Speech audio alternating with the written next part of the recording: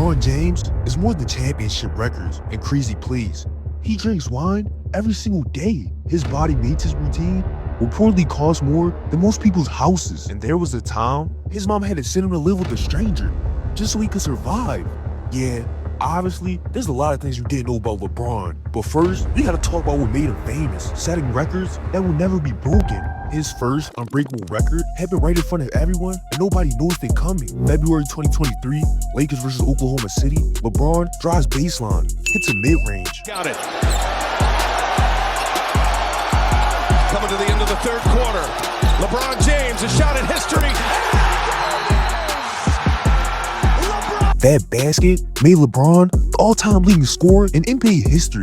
38,388 points, passing Kareem Abdul-Jabbar, a record that has stood for 39 years. Kareem was in the building watching it happen. LeBron fell to his knees on the court. But here's the craziest part. He's still playing, still scoring. By March 2024, he became the first player in history to score 40,000 career points. A number so big, nobody thought it was humanly possible. A shot of this. James against Porter. Drive, spins, gets inside. It's good. It's 40,000 for LeBron James. Standing ovation for LeBron James as he goes to the bench. And LeBron James.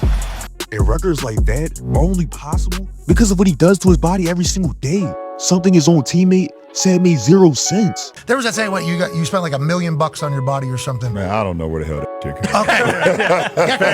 Yeah, that's a very fair assessment. Yeah, I don't know where that came from, but I mean, listen, man, I do take care of my body, but I have no idea where the amount of money came from. But I do invest in my body for sure, trying to do a little bit of this, a little bit of that. Obviously a lot of soft tissue work, a lot of massages, a lot of hyperbaric chambers, ice tubs, ice baths, whatever I can do to continue to play at this level, man, I'm gonna continue to do. I bet you didn't know that for someone who takes care of his body like a machine, LeBron has had the worst diet of any superstar ever. His former teammate Tristan Thompson went on record and said he has the worst fucking diet ever. He has like 5 French toasts, drowns in the cereal with strawberries and bananas, then a 4-egg omelet, and then just goes and dunks on somebody. It doesn't make sense. Thompson said he tried to eat like LeBron for a week, started gaining weight immediately and quit. That said, he's on a different planet entirely. I bet you didn't know that LeBron James, the man who spends over $1 million a year maintaining his body, drinks wine pretty much every single day. No, years ago I did not. I was not a wine guy. I didn't drink wine at all.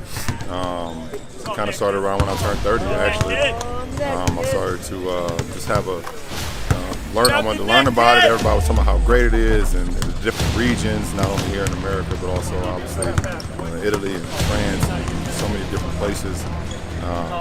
So I started to do some research. I started tasting different wines, and it took a while for my palate to actually give in to it, because it's not your first time drinking wine, it's not a very, very lasting taste.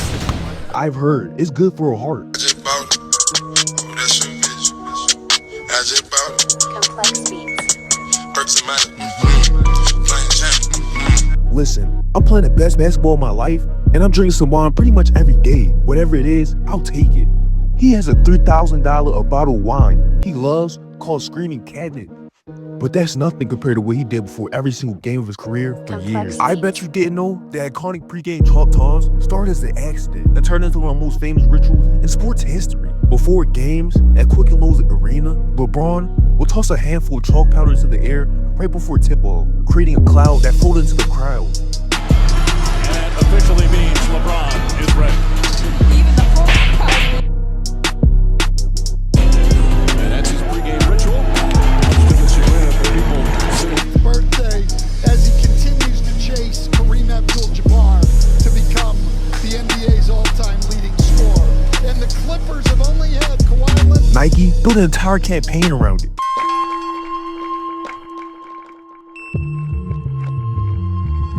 I'm Candyman, and Candyman is back.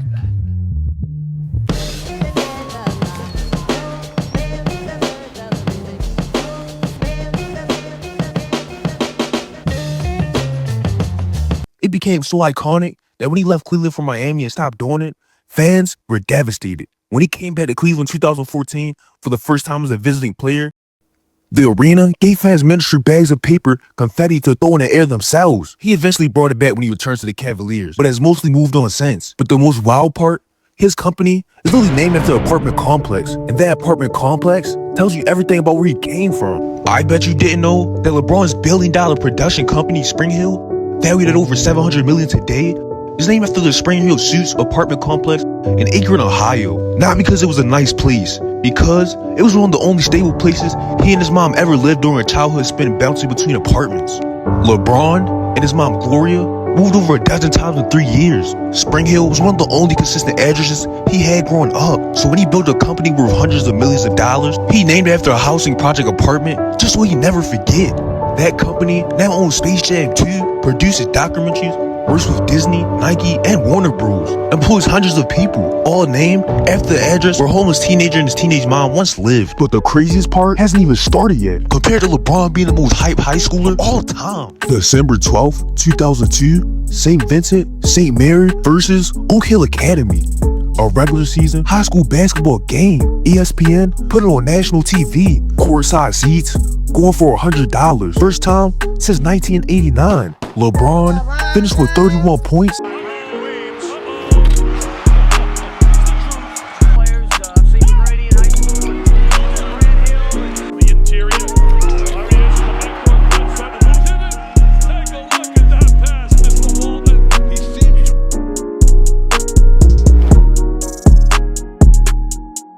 His school had a Nike shoe deal before he even touched an NBA court. What you got on your feet right now? Oh, y'all want to see what I got on my what feet? you got on your feet? You know Charles. Can you help us? You know Charles might not know. Charles knows something about this. Look at the other side. Y'all see what this says? Y'all know those. He was 17 years old. February 2008, Vogue magazine, one of the most iconic publications in the world, running since 1892. In 116 years, only 2 men had ever been on the cover. Richard Gere, George Clooney, then LeBron James. Brewing controversy over Vogue magazine's cover. It's a very provocative cover, and there's a controversy. Vogue is under fire. The April issue of Vogue was intended to make history, with LeBron James, the first African-American man to grace its cover.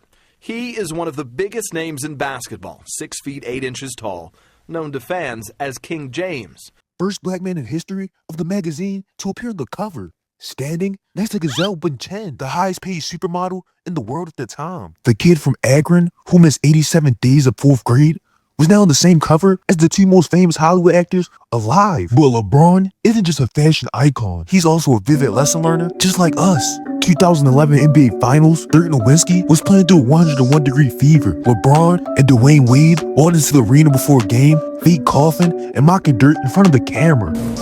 Oh, did y'all hear me cough? I think I'm sick.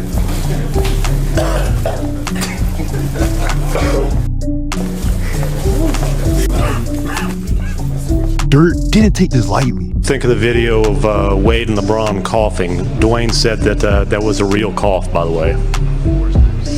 Well, I just thought it was a little childish, a little ignorant. You know, I've been in this league for 13 years. I never faked an injury or an illness before. But you know, that's just, it happened. It's over to me. It's not going to add anything extra to me. This is the NBA Finals. If you need an extra motivation, you have a problem. So we're 1 win away from my dream, what I've been worked on for, you know, half of my life. So this is really all I'm worried about. This is all I'm focusing on. And he's seen this and went absolutely crazy. Anthony on Nowitzki. Nowitzki trying to find some space. Tough shot. Just 1 of 8 from the field. Here comes the double team. Inside to Marion. Marion throws you put in. He has had a number of games in these playoffs. Nowitzki will try another 3. Puts it in. Nowitzki hits Terry to Nowitzki. Nowitzki open jump shot. Knocks it and brings it back out.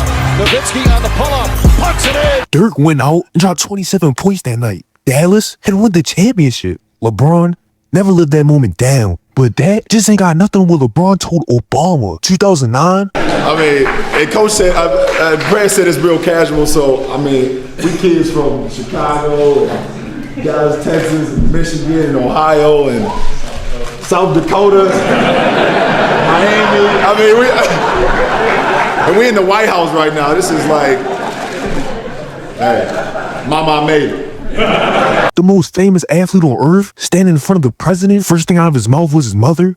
Yeah, that was crazy. But did you know LeBron literally saved Carmelo Anthony's life? I don't know if it's true, but I heard that LeBron saved your life. Man, some look, swimming shit. Any truth to it? I just want to know if it's true. it's It's truth, man. What happened? We trying to get back. Everybody swimming back to the boat. But I'm snorkeling too. We snorkeling on the way back, and my head is in the water, and I'm snorkeling, and I look up. Every time I look up out the water, and I'm like, yo, yo, like niggas is looking at me like I'm joking. And I see Bron jump in the water. He just, Aquaman jump in the water. And I just see Bron just come like, I got you, champ, I got you. Grab me, and we went back to the boat, man. The real story is everything you just watched.